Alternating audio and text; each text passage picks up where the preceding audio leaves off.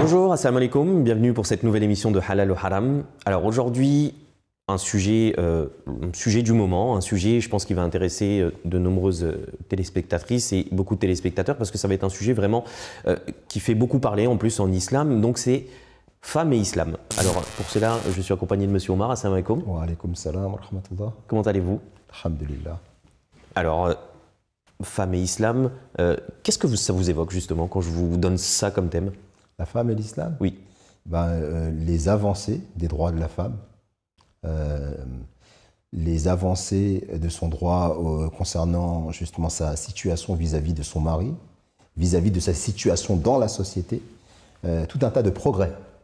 C'est contre-intuitif ce que je suis en train de dire. Alors justement, au vu de ce que vous êtes en train de vous dire, moi j'ai envie de vous parler de l'image qu'on a justement de ce qui est propagé, de ce qui est dit, surtout dans notre pays, la France, où on a l'impression, où on donne, où les gens qui ne connaissent pas l'islam, qui ne pratiquent même pas l'islam, donnent cette image que en fait dans l'islam la femme est totalement en retrait, elle est limite absente. Qu'est-ce que vous direz à ces gens-là? Qu'est-ce que vous leur répondrez justement? Je répondrai comme un humoriste, Haroun, je crois.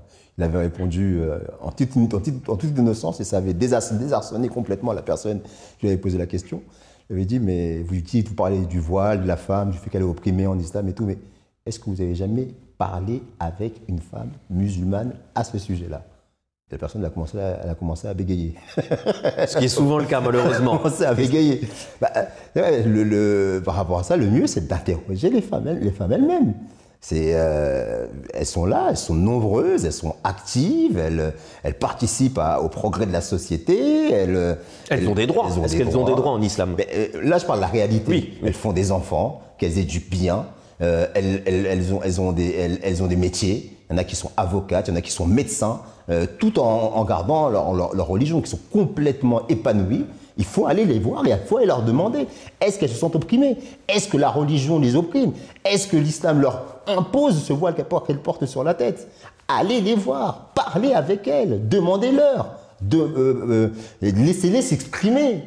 Et à partir de là, faites-vous une opinion. Et pourquoi à chaque fois parler en leur nom et en disant d'emblée qu'elles sont opprimées, qu'elles sont isolées, qu'elles n'ont pas le droit, qu'elles souffrent?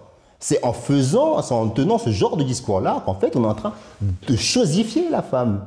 Et ces personnes qui font ce reproche à l'islam font la chose même qu'elles reprochent à l'islam. Alors justement, je vous posais la question, elles ont des droits en islam? Est-ce qu'elles sont considérées en islam justement, dans la religion? Le saint prophète sallallahu alayhi wa sallam a dit le paradis se trouve au pied de la mer. Le meilleur d'entre vous est celui qui est le meilleur envers son épouse. La femme, c'est la mère de la nation. Et ces paroles que je suis en train de vous dire, que je suis en train de vous donner, reflètent en fait l'idée que se fait de la femme l'islam. À savoir que c'est un pilier de la société. Une femme qui est battue, une femme qui est ignorée, une femme qui est bafouée, c'est une société perdue. C'est une société qui joue contre ses propres intérêts. Parce que l'islam a tellement élevé la femme, elle a tellement rappelé son rôle essentiel, notamment de faire des individus de la société, des personnes actives, d'honnêtes citoyens qui vont être des moteurs pour la société, en disant que c'est elle qui est la mère de la nation, que le paradis se trouve sous ses pieds. Et c'est pour cette raison-là que l'islam a obligé l'instruction, l'éducation aux hommes et aux femmes. C'est la première religion à avoir tellement insisté sur le fait que la femme doit être cultivée, doit être éduquée.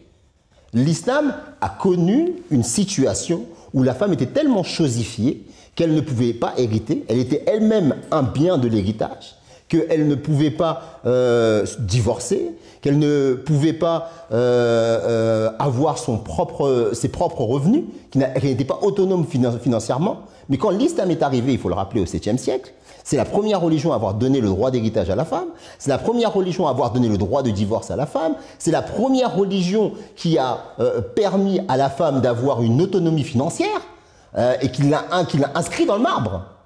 Au point où si effectivement ses droits étaient bafoués, elle avait complètement le droit de défendre ses droits auprès d'une cour de justice. Et là, je parle du 7e siècle. Et non pas quelque chose qui a été acquis au 20e siècle, comme c'est le cas en Europe. Alors, mais justement, je vous coupe, excusez-moi. On avait tellement d'avance quand on parle de cette problématique aujourd'hui, on a l'impression que justement on a des siècles de retard. Qu'est-ce qui s'est passé? C'est parce qu'on confond la religion et la culture. C'est pas parce qu'on se déclare musulman qu'on pratique les enseignements de l'islam. Il y a certaines personnalités qui se sont converties à l'islam qui ont dit j'ai eu la chance de connaître l'islam avant les musulmans. C'est pour ça qu'ils ont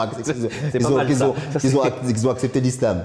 Parce qu'effectivement, quand vous voyez l'exemple de l'islam pratiqué de manière contemporaine aujourd'hui, eh ça ne donne pas envie. Et ça donne une vision de l'islam qui est complètement déformée, qui est complètement biaisée. Vous voyez, c'est pour cette raison-là que ce que je suis en train de vous dire, qui est de l'ordre de l'enseignement, n'est pas pratiqué. Si ça avait été pratiqué, les pays musulmans seraient des havres de paix. Et ça aurait été à même de pouvoir apporter des solutions même aux problèmes mondiaux que connaît la société humaine aujourd'hui. Mais ce n'est pas le cas, parce que les musulmans ont abandonné leur religion. Et ça, c'est un hadith sans Qasam qui dit qu'il viendrait un temps où il ne resterait de l'islam que le nom, le Coran que le texte, et les mosquées seraient remplies, mais elles seraient vides de droiture.